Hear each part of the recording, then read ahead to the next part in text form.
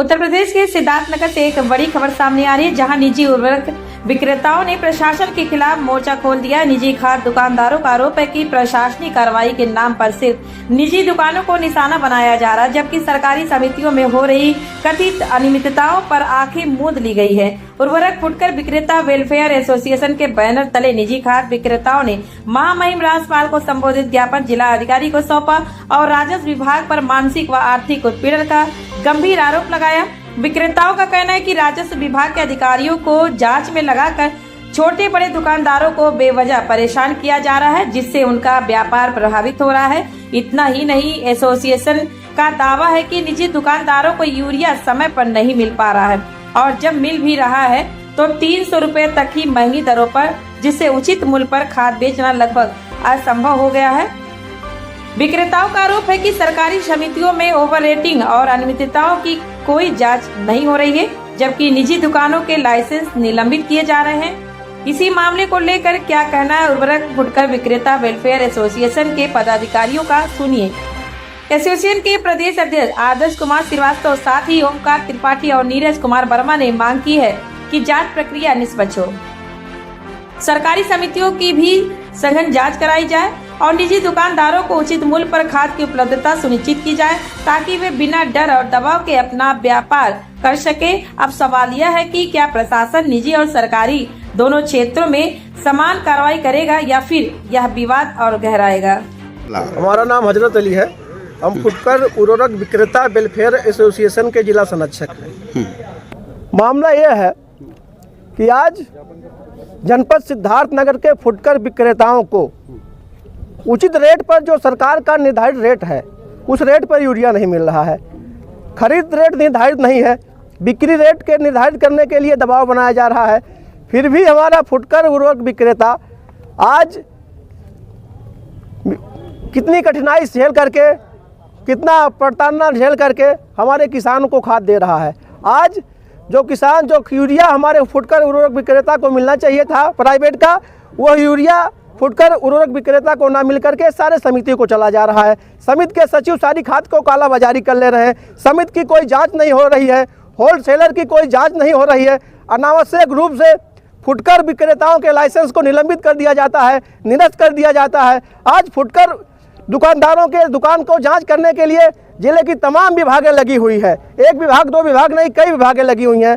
वहीं होलसेलर का कोई जांच नहीं हो रहा है। अगर हमारे फुटकर दुकानदारों को सही रेट पे यूरिया मिले तो हमारे फुटकर दुकानदार सही रेट पे यूरिया का वितरण करेंगे। देखा जाता है कि कुछ दुकानों का लाइसेंस निरस्त कर दिया गया, उसके लिए क्या करेंगे? हम लोगों का ये मांग है कि जो अनावश्यक रूप से दुकानों का लाइसेंस निलंबित किया गया है, निरस्त किया गया है, उसको तत्काल प्रभाव से जिला कृषि अधिकारी महोदय बहाल करें। यहाँ आए हैं, अगर आपकी मांगे नहीं पूरा होती तो क्या करेंगे? यह हम लोगों की अगर मांगे नहीं पूरी होगी तो हम जनपद सिद्धार्थनगर के सारे उर्वरक विक्रेता इसी कलेक्टेट परिसर में आवरण अनशन करने के लिए बैठेंगे। किसानों की ये परेशानी या कालेबाजारी को लेकर कौन जिम्मेदार है? किसान की परेशानी को लेकर के कृषि विभाग जिम्मेदार है और जो है सहकारी समिति जिम्मेदार है, क्योंकि आज 500 बोरी खाद, 1000 बोरी खाद एक दुकानदार को जा रहा है। वही अगर 500 बोरी, 1000 बोरी एक दुकानदार को ना दे करके अगर 100 बोरी सारे दुकानदार को समान रूप से दे दिया जाए तो किसी समिति पे भीड़ नहीं होगी और किसानों को समिति का चक्कर नहीं काटना पड़ेगा और किसानों को उचित मात्रा में, उचित रेट में यूरिया आसानी से मिल जाएगा।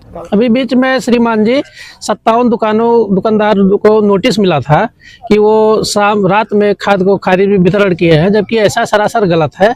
जबकि ऑनलाइन खाद खारिज होता है, अगर दिन में सर्वर नहीं चलता है तो ऑफलाइन कोई दुकानदार किसान भाइयों को भेज देता है, दस्तखत साइन करवा के रजिस्टर पर।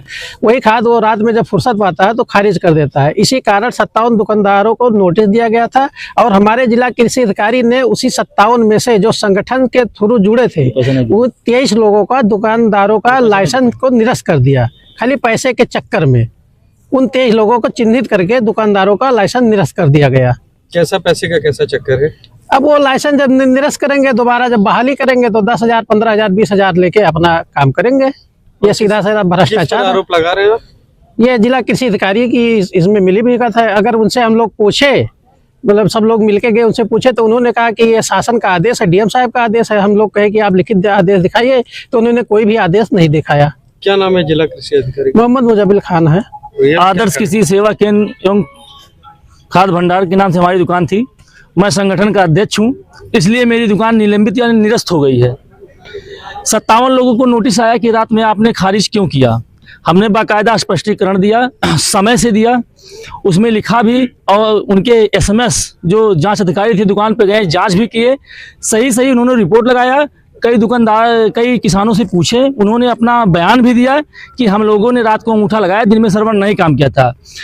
SMS का आख्या दरकिनारा करते हुए मात्र हम संगठन के अध्यक्ष हैं, इसलिए हमारी दुकान को निरस्त कर दिया गया। किस पर आरोप लगा रहे हैं? हम तो आरोप सीधा कृषि अधिकारी महोदय पर लगाएंगे, क्योंकि जब उनसे हमने सवाल जवाब धरना दिया तो उन्होंने कहा कि ऊपर से आदेश आया है। हमने कहा ऊपर का आदेश का लिखित कॉपी दिखाइए, तो उन्होंने कहा DM का आदेश आया है। DM महोदय का हमने कहा उनकी लिखित आदेश कॉपी दिखाइए, किनके आदेश से हमारे लोगों का लाइसेंस निरस्त हुआ या रोका गया। तो DM साहब का भी आदेश की कॉपी उनके पास नहीं थी, कह रहे मौखिक आया। हम कह रहे मौखिक पे कहाँ जांच होता है, जब तक प्रशासन शासन का लिखित आदेश ना आ जाए वो कैसे मानेगा। हमारे किसी फुटकर दुकानदारों को इन्होंने नोटिस तक नहीं दिया कि सुबह 9 बजे से लेकर शाम 5 बजे तक खारिज करना, कहीं कोई लिखित नोटिस नहीं है। कितनी दुकानों को निरस्त किया गया, लाइसेंस निरस्त किया गया? 23 दुकानदारों को 57 में से, और 34 दुकानदारों को कुछ नहीं किया गया।